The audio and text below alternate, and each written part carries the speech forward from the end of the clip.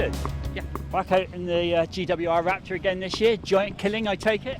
We are. We're gonna have a good go. We've had a tough start to the year, but hopefully now we had some good signs at Harewood and Prescott in the last 2 rounds. So hopefully now I like it here as well. So we hopefully can get in amongst the big cars a little bit.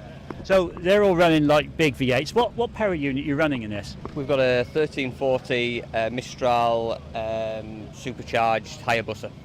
So a bike engine, Yeah. Supercharged, obviously fairly quick. The controls on it.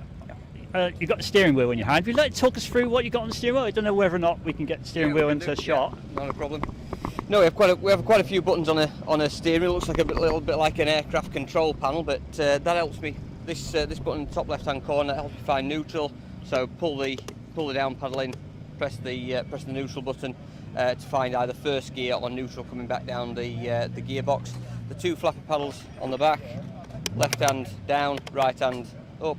Got page up and page down, so we can have things like oil pressure, water temperature, gear and revs on the control panel, so I can see that while we're driving.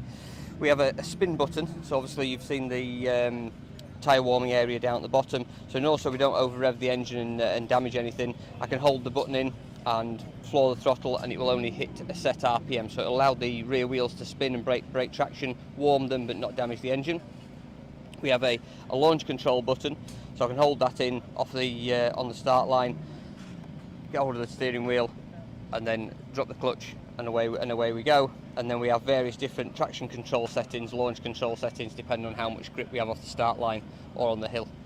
So obviously you wouldn't know what to dial in there until you've actually got down there and you're actually on the hill. Do you alter it as you're going up? I suppose it has an element where we can alter it, but we have a rough idea as to where the track will be in terms of where it will be on Sunday afternoon and where it will be on Saturday morning. So yeah, there's a little bit of guesswork, but there is some thought in there as well.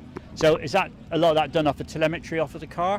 Yeah, very much, and a lot of it feel off a start like here. We only come here once a year, so we roughly know where there's not going to be an awful lot of grip off the start line, but it should grip up towards Sunday afternoon. Yeah. So Sunday, top 12 run off?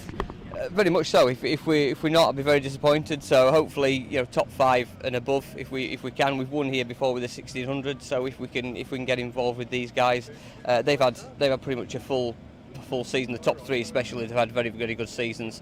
A lot of confidence. They know what the car's going to do. Whereas we're working through some issues. We seem to have got on top of them now. So with a bit of luck, if we can have a clean day today and a clean day tomorrow morning, there's no reason why we shouldn't be up with them. And obviously, being the smaller of the car, much more nimble on the track, isn't it? Yeah, very much more nimble. That's what the car, I suppose, is designed for. We're nice and light, just over 300 kilos in 475 brake horsepower. So probably somewhere in the region of 1600, 1700 brake horsepower a ton. So getting off the start line, obviously on the first straight, the big cars have a slight advantage, but on the way through to Saw Bench, we hopefully will come back to them a little bit and get some time back. Lovely. Well, thank you for your time. Thank you for showing us how the wheel works. I mean, a lot of people just look in the car and they see a wheel with buttons on it and think, oh, I wonder what that does. Yep, very much so. It's anybody that wants to come over and have a chat, please do so, and we'll go through bits that they don't understand for them. That's really kind of you. Thank you very much for your time. Thank you, Richard.